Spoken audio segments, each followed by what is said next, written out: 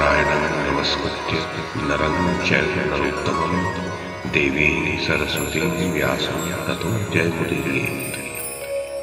ओम नमो भगवते वासुदेवाय, ओम नमः पितामहाय, ओम नमः प्रजापतिभ्यः, ओम नमः कृष्णद्वैपायनाय, ओम नमः सर्वविघ्नविनायकेभ्यः।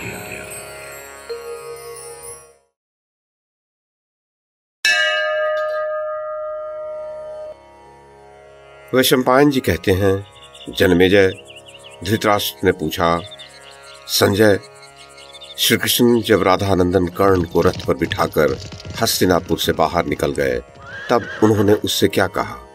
गोविंद ने सूत पुत्र कर्ण को क्या सांत्वनाएं दी? संजय ने कहा, भारत, श्री कृष्ण ने कर्ण से जो बातें क्रमशः कही थीं, वो सब आप मुझसे सुनिए। श्री कृष्ण ने कहा, राधानंदन, तुमने वेदों के पारंगत ब्राह्मणों की उपासना की है। तत्व ज्ञान के लिए संयम नियम से रहकर दोष दृष्टि का परित्याग करके उन ब्राह्मणों से अपनी शंकाएं पूछी हैं। कर्ण, सनातन वैदिक सिद्धांत क्या है इसे तुम भली भांति जानते हो। धर्मशास्त्रों के सूक्ष्म विषयों के भी तुम परिनिष्ठित विद्वान हो। कर्ण, कन्या के गर्भ से जो पुत्र उत्पन्न होता है उसके दो भेद बताए गए हैं, कानीन और सहोड़।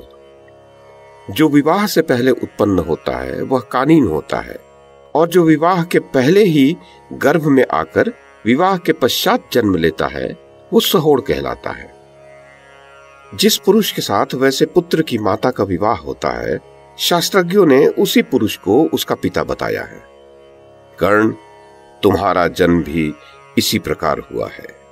तुम कुंती के ही कन्यावस्था में उत्पन्न हुए पुत्र हो।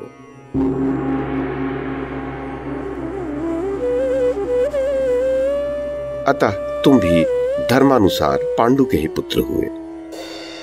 इसलिए आओ, धर्मशास्त्रों के निश्चय के अनुसार तुम ही राजा होगे। पिता के पक्ष में कुंती के सभी पुत्र तुम्हारे सहायक हैं और मातृपक्ष में समस्त वृष्णिवंशी तुम्हारे साथ हैं। पुरुष श्रेष्ठ, तुम अपने इन दोनों पक्षों को जान लो। तात, मैं चाहता हूं मेरे साथ यहां से चलने पर आज पांडवों को तुम्हारे विषय में यह पता चल जाए कि तुम कुंती के ही पुत्र हो और युधिष्ठिर से भी पहले तुम्हारा जन्म हुआ। पांचों भाई पांडव, द्रौपदी के पांचों पुत्र तथा किसी से न परास्त होने वाला सुभद्रा कुमार वीर अभिमन्यु, वे सभी तुम्हारे चरणों का स्पर्श करेंगे। इसके सिवा पांडवों की सहायता के लिए आए हुए समस्त राजा, राजकुमार तथा अंधक और विष्णुवंश के योद्धा भी तुम्हारे चरणों में नतमस्तक होंगे।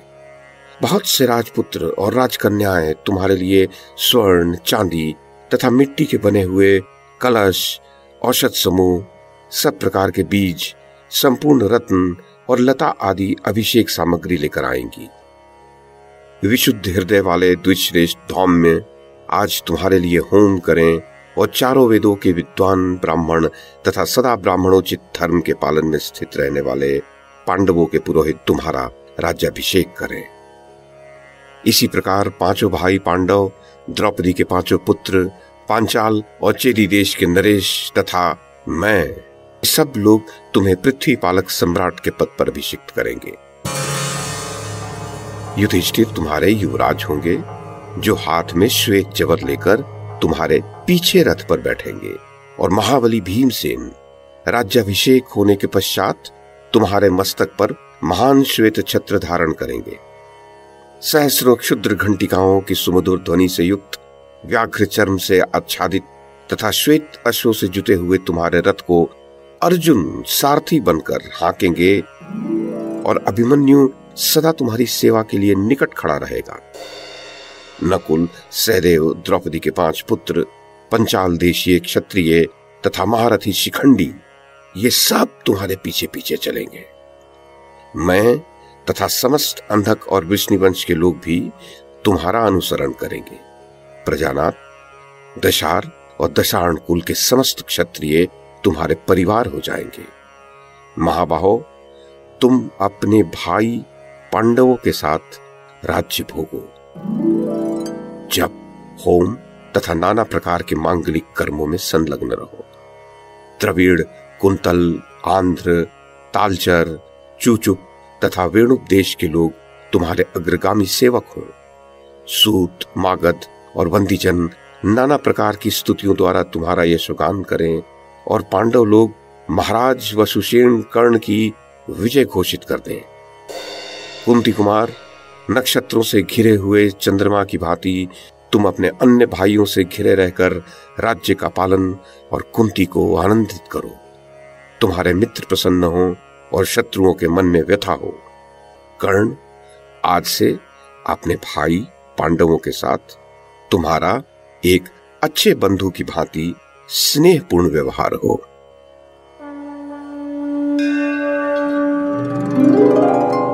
महाराज धृतराष्ट्र, कर्ण ने कहा, केशव, आपने सौहार्द, प्रेम, मैत्री और मेरे हित की इच्छा से जो कुछ कहा है वो निसंदेह ठीक है। श्री कृष्ण, जैसा कि आप मानते हैं, धर्मशास्त्रों के नियम के अनुसार मैं धर्मतः पांडु का ही पुत्र हूं। इन सब बातों को मैं भली भांति जानता और समझता रहा हूं।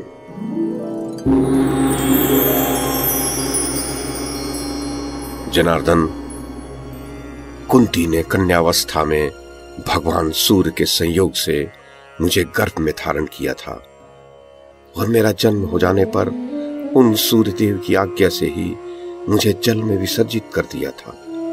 श्री कृष्ण, इस प्रकार मेरा जन्म हुआ है।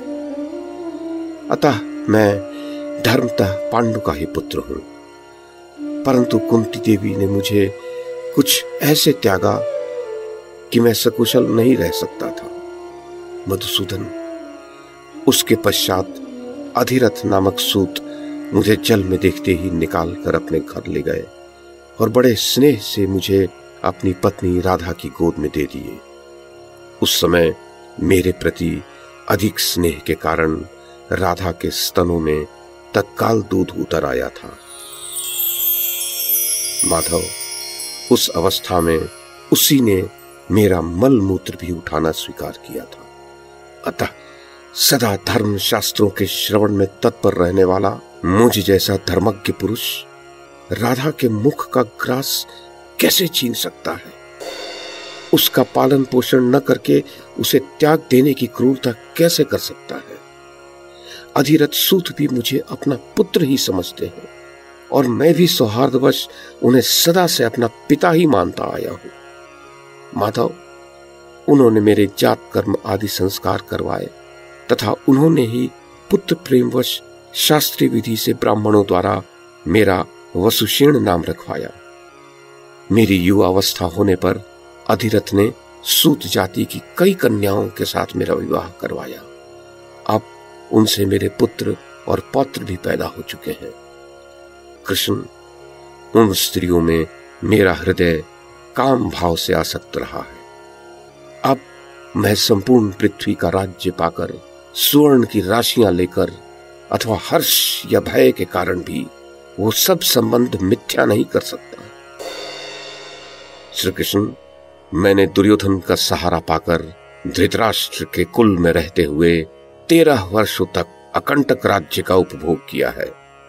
मैंने वहां सूतों के साथ मिलकर बहुत से यज्ञों का अनुष्ठान किया है तथा उन्हीं के साथ रहकर अनेकानेक कुल धर्म एवं वैवाहिक कार्य संपन्न किए हैं। वृष्णि नंदन श्री कृष्ण, दुर्योधन ने मेरे ही भरोसे शस्त्र उठाने तथा पांडवों के साथ विग्रह करने का साहस किया है। अतः अच्युत, मुझे द्वैरथ युद्ध में सव्यसाची अर्जुन के विरुद्ध लोहा लेने तथा उसका सामना करने के लिए उसने चुन लिया है। इस समय मैं वध, बंधन, भय अथवा लोभ से भी धृतराष्ट्र पुत्र दुर्योधन के साथ मिथ्या व्यवहार नहीं कर सकता। ऋषिकेश, अब यदि मैं अर्जुन के साथ द्वैरथ युद्ध न करूं तो यह मेरे और अर्जुन दोनों के लिए अपयश की बात होगी।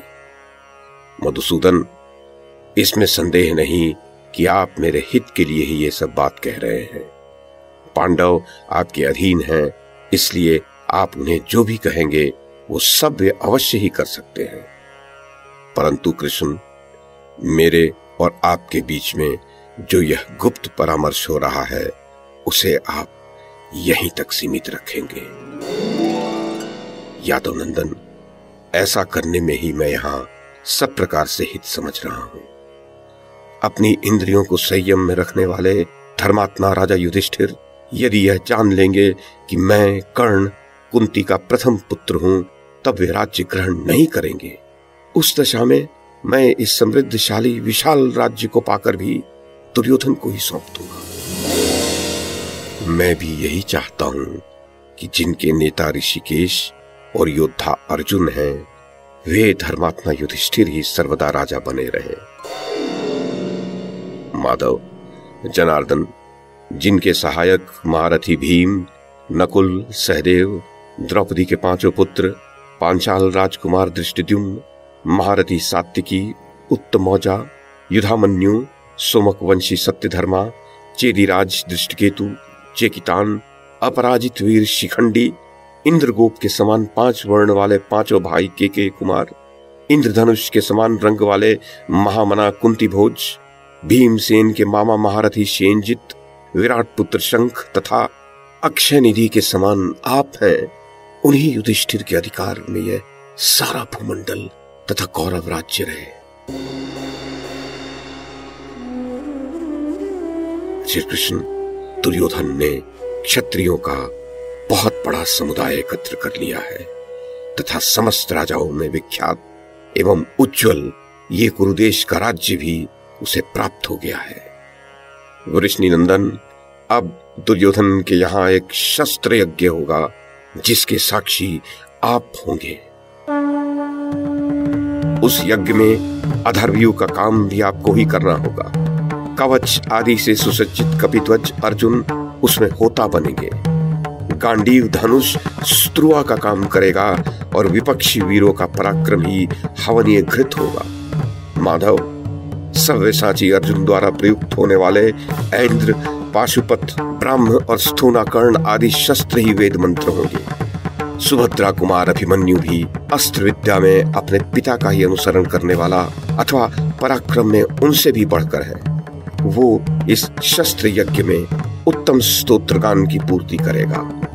अभिमन्यु ही उद्गाता और महाबली नरश्रेष्ठ भीमसेन ही प्रस्तोता होंगे, जो रणभूमि में गर्जना करते हुए शत्रु पक्ष के गजों की सेना का विनाश कर डालेंगे। वे धर्मात्मा राजा युधिष्ठिर ही सदा जप और होम में संलग्न रहकर उस यज्ञ में ब्रह्मा का कार्य संपन्न करेंगे। मधुसूदन, शंख, मुरज तथा भेरियों के शब्द और उच्च स्वर से किए हुए सिंहनाद ही सुब्रमण्य नाद होंगे। माद्री के यशस्वी पुत्र महापराक्रमी नकुल सहदेव उसमें भली भांति शामित्र कर्म का संपादन करेंगे। गोविंद, जनार्दन, विचित्र ध्वज दंडों से सुशोभित निर्मल रथ पंक्तियां ही उस रण यज्ञ में यूपों का काम करेंगी। कर्णी, नालीज, नाराज और वत्सदंत आदि बाण उपबृहण होंगे। सोमाहुति के साधनभूत चमस आदि पात्र होंगे। तोमर सोम कलश का और धनुष पवित्री का काम करेंगे। श्री कृष्ण, उस यज्ञ में खड़ग ही कपाल, शत्रुओं के मस्तक ही पुरोडाश तथा रक्त ही अवश्य होंगे। निर्मल शक्तियां और गदाएं सब ओर बिखरी हुई समिधाएं होंगी। द्रोण और कृपाचार्य के शिष्य ही सदस्य का कार्य करेंगे। गांडीवधारी अर्जुन के छोड़े हुए तथा द्रोणाचार्य, अश्वत्थामा एवं अन्य महारथियों के चलाए हुए बाण यज्ञ कुंड के सब ओर बिछाए जाने वाले कुशों का काम देंगे। सात्विकी प्रतिष्ठाता का कार्य करेंगे। अधर्वयु के दूसरे सहयोगी बनेंगे। धृतराष्ट्र पुत्र दुर्योधन उस रण यज्ञ की दीक्षा लेगा और उसकी विशाल सेना ही यजमान पत्नी का काम करेंगी। महाबाहो, उस महायज्ञ का अनुष्ठान आरंभ हो जाने पर उसके अतिरात्र याग में आधी रात के समय महाबली घटोत्कच शामित्र कर्म करेगा। श्री कृष्ण, जो श्रौत यज्ञ के आरंभ में ही साक्षात अग्निकुंड से प्रकट हुआ था, वो प्रतापी वीर धृष्टद्युम्न इस यज्ञ की दक्षिणा का कार्य संपादन करेगा। श्री कृष्ण, मैंने जो धृतराष्ट्र पुत्र दुर्योधन का प्रिय करने के लिए पांडवों को बहुत से कटु वचन सुनाए, उस अयोग्य कर्म के कारण आज मुझे बहुत पश्चाताप हो रहा है। श्री कृष्ण, जब आप सव्यसाची अर्जुन के हाथ से मुझे मारा गया देखेंगे, उस समय उस यज्ञ का पुनश्चिति कर्म संपन्न होगा। जब पांडुनंदन भीमसेन सिंहनाद करते हुए दुशासन का रक्तपान करेंगे, उस समय उस यज्ञ का सुत्य कर्म पूरा होगा। जनार्दन, जब दोनों पांचाल राजकुमार धृष्टद्युम्न और शिखंडी द्रोणाचार्य और भीष्म को मार गिराएंगे, उस समय उस रण यज्ञ का अवसान कार्य संपन्न होगा। माधव, जब महाबली भीमसेन दुर्योधन का वध करेंगे, उस समय धृतराष्ट्र पुत्र का प्रारंभ किया हुआ वह यज्ञ समाप्त हो जाएगा। केशव, जिनके पति, पुत्र और संरक्षक मार दिए गए होंगे, वे धृतराष्ट्र के पुत्रों और पौत्रों की बहुएं जब गांधारी के साथ एकत्र होकर कुत्तों, गीधों और कुरर पक्षियों से भरे हुए समरांगण में रोती हुई विचरेंगी, जनार्दन, वही उस यज्ञ का अवभृत स्नान होगा। क्षत्रिय शिरोमणि मधुसूदन, तुम्हारे इस शांति स्थापन के प्रयत्न से कहीं ऐसा न हो कि विद्यावृद्ध और वयोवृद्ध क्षत्रिय गण व्यर्थ मृत्यु को प्राप्त हो जाएं और युद्ध में शस्त्रों से होने वाली मृत्यु से वंचित रह जाएं।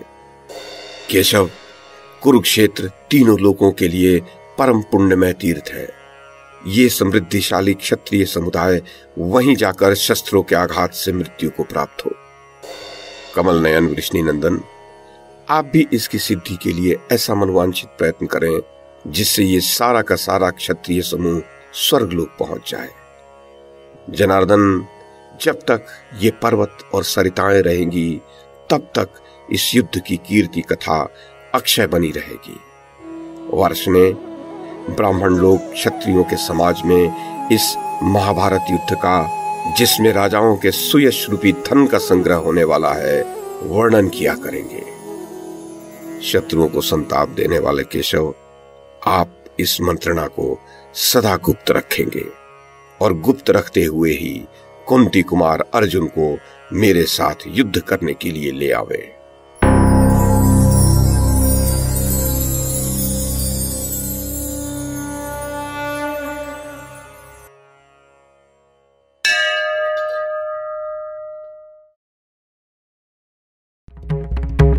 YouTube के माध्यम से महाभारत की कथा को एक श्रृंखला के रूप में प्रस्तुत करने का हमारा ये प्रयास यदि आपको सराहनीय लगा हो तो कृपया इस कड़ी को लाइक और शेयर करें, चैनल को सब्सक्राइब करें और बेल आइकन को दबाएं। साथ में अन्य लोगों को भी देखने के लिए प्रेरित करें।